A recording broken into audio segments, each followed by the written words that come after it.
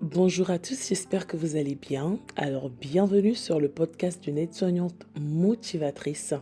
Ici, on vous motive, ici, on parle de tout ce qui tourne autour du soignant. À ceux qui aspirent à devenir aide-soignante, ceux qui sont déjà aide-soignantes ou ceux qui sont en formation, vous êtes les bienvenus.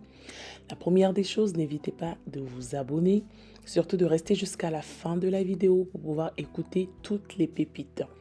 Les vidéos durent en général 10 minutes maximum parce que j'estime que vous avez quand même une vie à côté, vous avez des choses à faire. Donc aujourd'hui, j'aimerais vraiment qu'on puisse parler de la différence qu'il y a entre le recueil de données et le raisonnement clinique. Beaucoup de personnes ont du mal à faire cette différence, étant donné que lors de mes lives sur TikTok, parce que je suis beaucoup sur TikTok sous le nom de aide-soignante motivatrice, je vous partage mon parcours, mes accompagnements que je fais, les créations des fiches pour vous accompagner à réussir vos examens, les vidéos que je fais, des tips, des conseils que je donne.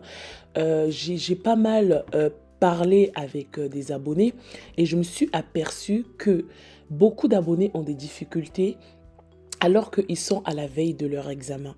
Qu'est-ce qu'est un raisonnement clinique?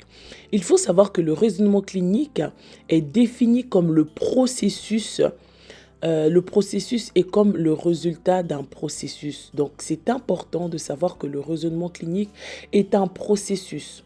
Et si on rentre dans les détails pour que vous compreniez, le raisonnement clinique, c'est construire le problème de santé par rapport aux indices que vous avez perçus jusqu'au problème de santé identifié. C'est-à-dire que lorsque vous avez votre patient qui vient à vous, la première des choses que vous faites, c'est vous faites un recueil de données, mais ça, on en parlera.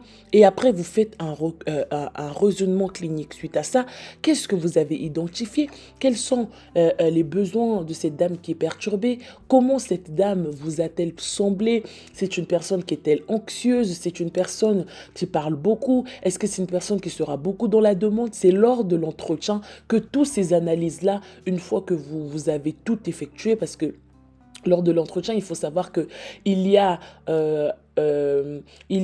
l'infirmière, il y a l'aide-soignante qui effectue l'entrée, il y a la famille qui est là pour poser aussi des questions, pour connaître l'histoire de vie de la personne, il y a la cadre de santé aussi ou l'IDEC. Donc c'est important toutes ces informations-là pour venir faire un raisonnement clinique à la personne, un raisonnement clinique de la personne.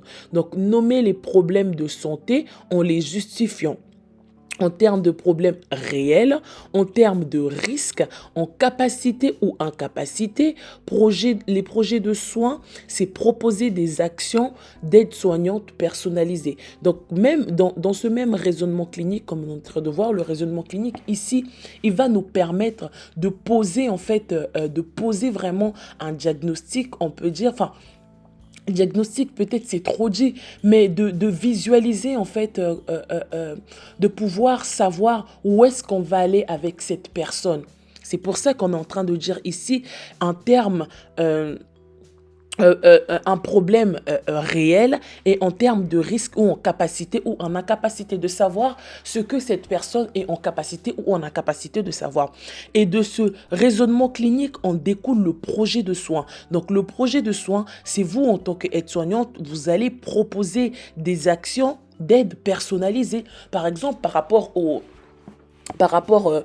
au raisonnement clinique que vous avez eu à faire sur cette dame. Donc, vous allez établir un projet de soins. Est-ce qu'il y a besoin d'une aide à la toilette? Est-ce qu'elle est incontinente fécale ou urinaire? Est-ce que cette dame a besoin d'un accompagnement? Est-ce que c'est ça que vous allez faire de projet de soins? Et suite à ça, on découlera les transmissions. Donc, les transmissions, ça va être de nommer les actions. Quelles sont les actions que vous avez à poser? Donc, revenir sur le recueil de données, pour ceux qui ne savent pas, la différence entre le raisonnement clinique et le recueil de données. Le recueil de données permet de transmettre à ses collègues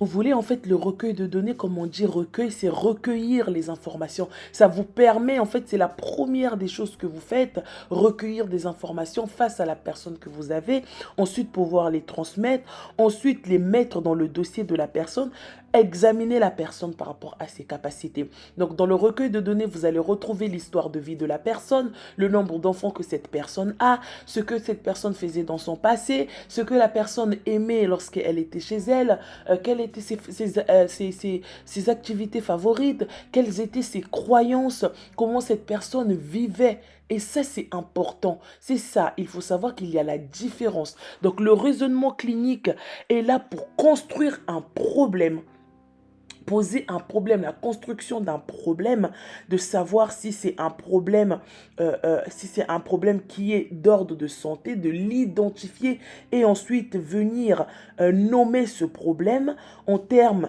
de risque, en termes de capacité. Et après, vous avez le projet de soins qui est là pour proposer l'action et vous avez les transmissions qui sont là pour nommer les actions. Donc, j'espère que vraiment vous arrivez à faire cette différence. C'est que le recueil de données, ce sont les informations de la personne que vous recueillez et ensuite que vous transformez en raisonnement clinique, que après le raisonnement clinique, vous nommez les problèmes qui sont identifiés et vous planifiez un projet de soins, vous faites les transmissions et là maintenant, vous pouvez maintenant collaborer désormais avec votre patient. C'était vraiment ça que je voulais. C'est une courte vidéo, mais je voulais vraiment vous éclaircir par rapport à ça parce que je sais que vous êtes nombreux à avoir des difficultés, à ne pas comprendre, à être perdus. S'il y a quelque chose que vous n'avez pas compris, dites-le moi dans les commentaires ou s'il y a quelque chose que j'ai oublié, n'hésitez pas aussi de me le rajouter dans les commentaires. Mon espace commentaire est vraiment là pour l'échange. On est là pour s'échanger dans le cadre respectueux parce que nous sommes des adultes. Donc voilà, nous sommes arrivés à la fin de notre podcast. Pour ceux qui veulent commander les fiches, sachez que les fiches, vous pouvez m'écrire dans ma boîte email ou tout simplement sur mon numéro de téléphone. Tout se trouve dans la barre de description. Donc, je vous souhaite une excellente fin de journée. En tout cas, prenez soin de vous. Faites-vous confiance. Si vous êtes parti à l'école, c'est parce que vous le méritez. Vous n'êtes pas parti à l'école parce qu'on vous a fait une faveur. C'est deux choses différentes. Bonne fin de journée.